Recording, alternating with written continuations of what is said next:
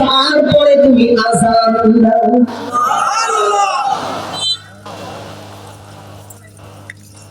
হযরত বিলাল রাদিয়াল্লাহু তাআলা খানায় কাবার সামনে গিয়ে দাঁড়ায় বলে, ইয়া রাসূলুল্লাহ, ইয়া হাবিবাল্লাহ, আমি তো মদিনা শরীফ থেকে আযান দিতাম খানায় কাবার দিকে, বাইতুল্লাহর দিকে মুখ করিয়া, খানায় কাবাকে কিবলা বানায়া, ইন্না আউয়ালা বাইতিন উদিয়া লিন-নাস লাল্লাযী বিবাক্কাতা মুবারাকা, মক্কাকে কিবলা বানায়া, কাবাকে কিবলা বানায়া, তারপরে আমি আযান দিতাম।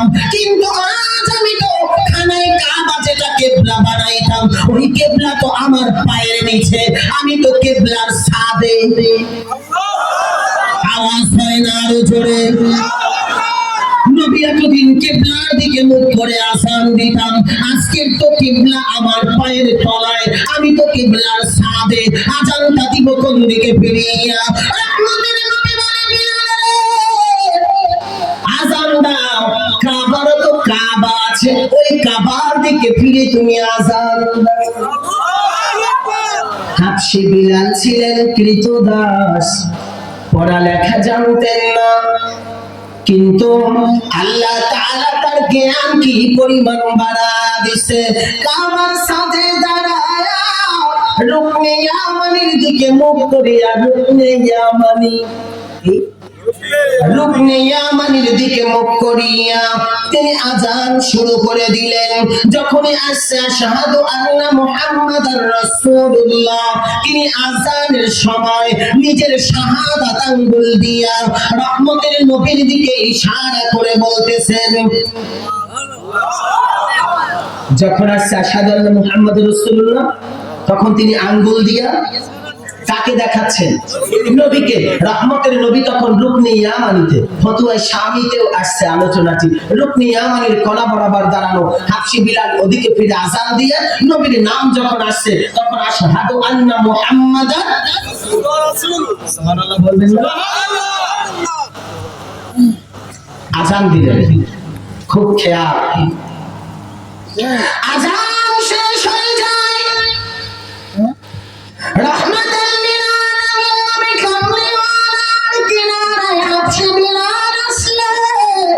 রহমতের নবী বলে, বিলাল, আমি বললাম আপনাকে কাবার দিকে মুখ করে আযান দিতে, আপনি কেন আমার দিকে দিলেন?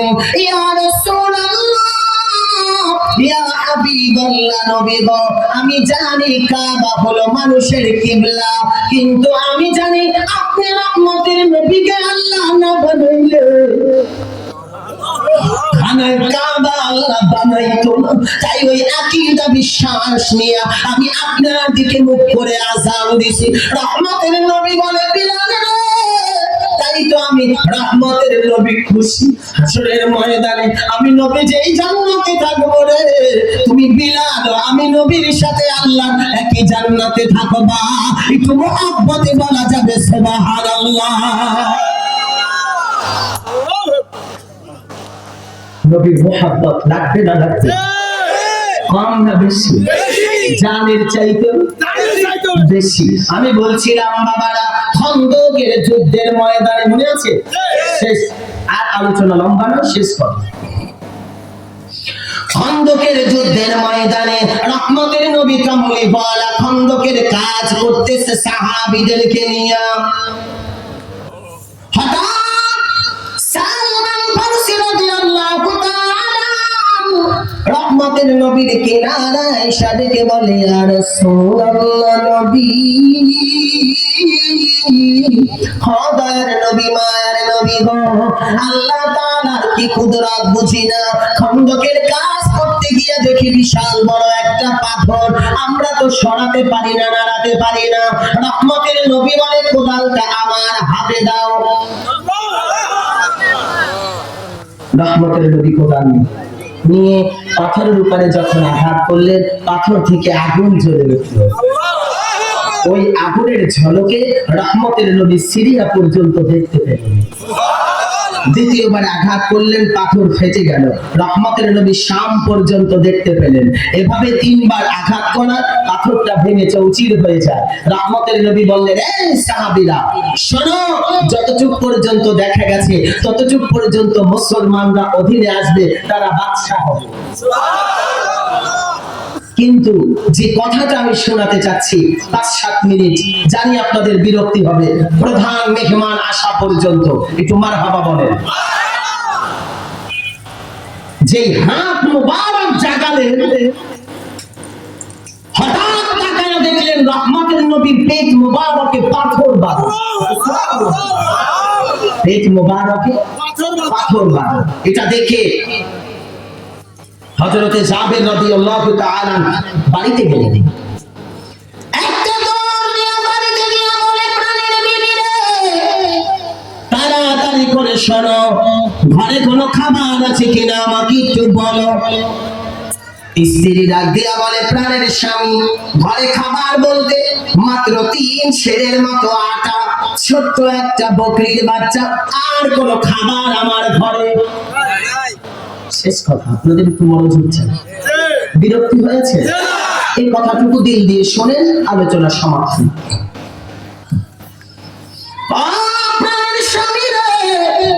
ঘরে তেমন বাজার নাই, একটা ছোট্ট বকরির বাচ্চা 3 কেজি।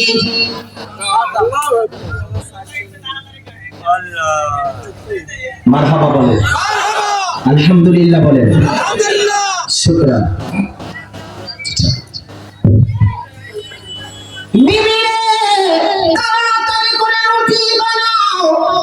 আর আমি বকরিটা জবাই করি, রহমতের নবীকে আজ আমাদের বাড়িতে দাওয়াত দিব। নবী কামলিওয়ালা 3 দিন ধরে কোনো খাবার খায় না। রহমতের নবীর জন্য খাবারের আয়োজন। স্ত্রী রুটি বানায়, স্বামী বকরিটা জবাই করে রান্না শুরু করে দেয়। আল্লাহর হাবিবের কিনারে গিয়ে সালাম দিয়ে বলে, ইয়া রাসূলুল্লাহ, ইয়া হাবিবাল্লাহ, নবী গো, আমার বাড়িতে আপনার দাওয়াত, আপনি হবেন মেহমান, আমরা হব মেজবান। কিন্তু আপনি একা যাবেন না, 2-3 জন সাহাবী নিয়ে যাবেন। রহমতের নবী সব সাহাবীদের দিকে মুখ করে তাকায় বলে, শোনো, আজ জাবেরের বাড়িতে আমাদের দাওয়াত, তোমরা সবাই আমি নবীর সাথে যাইবা। হযরতে জাবের বলে, আল্লাহর কসম, ওই সময় রহমতের নবীর সামনে 1400 সাহাবী উপস্থিত ছিল। কত উপস্থিত? আল্লাহর হাবিব রহমাতুল লিল আলামিন দাওয়াত কবুল করলেন। হযরতে জাবের বাড়িতে খাবারের জন্য নাস্তা যা তৈরি করার করতে লাগলেন। বকরি জবাই করে গোশত রান্না, স্ত্রী রুটি বানায়। দুপুর হয়ে যাচ্ছে, এমন সময় জাবেরের 2টা বাচ্চা ছিল, একটা ছোট আর একটা বড়। ছোট বাচ্চাটা ছাগলের বাচ্চা নিয়ে খেলাধুলা করতেন, ঘুমানো ছিল। ওইটা তাকায়া দেখে ছাগল নাই। বড় ভাই, আমার বকরির বাচ্চাকে আব্বা জবাই দিছে। কিভাবে জবাই দিল? বলে, এই ছুরি দিয়া, চলো তুমি আর আমি একটু জবাই করা খেলে। ছাদে চলে গেল, বাচ্চা নিয়ে। বড় বাচ্চা ছোট বাচ্চাকে হাত পা বেঁধে শোয়া দিলেন। শোয়া কণ্ঠনালীতে ছুরি ধরলেন। ছোট ভাই বলতেছে, জবাই করছে কেমনে বলো? বলে, তলোয়ার দিয়া। বলে, তুমিও করো। বয়স 5, বাচ্চা বুঝে নাই। কণ্ঠনালীতে যখন ছুরি চালায়, ছোট ভাই জবাই হয়ে যায়। বলেন আল্লাহু আকবার। বড় ভাই ভয় পেয়ে যায়। বাপ মা দোতলায় গিয়ে দেখে বড় ভাই ছোট ভাইকে জবাই করে দিয়েছে। ভয় পেয়ে ছাদ থেকে লাফ দিয়ে পড়ে বড় ভাইও মারা যায়। দেখে বলেন আল্লাহু আকবার। 1 মিনিট। আল্লাহর হাবিব রহমতের নবী কামলিওয়ালা সাহাবী জাবের তার স্ত্রীর বাচ্চা কোলে নিয়ে কান্না। ও বিবি রে, বাচ্চা জবাই হয়ে গেছে, এখন যদি আমরা কবর দিতে যাই বিলম্ব হয়ে যাবে, তার চাইতে চলো বাচ্চা চোখের নিচে ঢুকায়া। রহমতের নবী আয়েশা খাবার খাওয়ার পরে যখন যখন চলে যাবে আমরা বাচ্চা কবর দিব, তার আগে কবর দিব না। রহমতের নবী কামলিওয়ালা নবী হযরতে জাবেরের বাড়ির উঠানে 1400 সাহাবী নিয়ে উপস্থিত। In the meantime, Jibreel আসিয়া ডাক দিয়া বলে, ইয়া রাসূলুল্লাহ নবী, ও দয়ার নবী, মায়ার নবী গো, আমার আল্লাহ জানায়া দিছে জাবেরের ঘরে আপনি খাবার খাবেন, দস্তরখানায় বসবেন, রুটি খাবেন, গোশত খাবেন, কিন্তু জাবেরের বাচ্চা ছাড়া আমার আল্লাহ আপনাকে খাইতে নিষেধ করে দিয়েছে।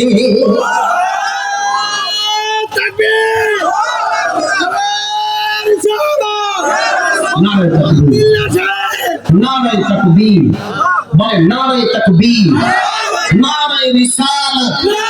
প্রধান মেহমানের আগমন, আল্লামা মুফতি মুসলিউদ্দিন সালিহি হুজুরের আগমন, এলাকাবাসীর পক্ষ থেকে মুহাব্বতে বলেন আল্লাহু আকবার। সম্মানিত হাজিরিন, আমার কলিজার টুকরা বড় ভাই তিনি স্টেজে চলে এসেছেন, আসতেছেন। আমার আলোচনার সময় যেই পর্যন্ত ছিল নির্ধারিত সময়, আমি ইনশাআল্লাহ আমি আমার সময় মতো আলোচনা করতে পেরেছি যতটুকু।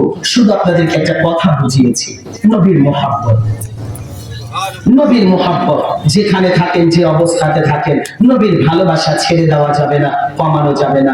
মুহাব্বতে বলেন আলহামদুলিল্লাহ। আমার কলিজার টুকরা বড় ভাই আল্লামা মুফতি মুসলিউদ্দিন সালিহি হুজুর চলে এসেছেন, বলেন মারহাবা। মুহাব্বতে বলেন আল্লাহু আকবার।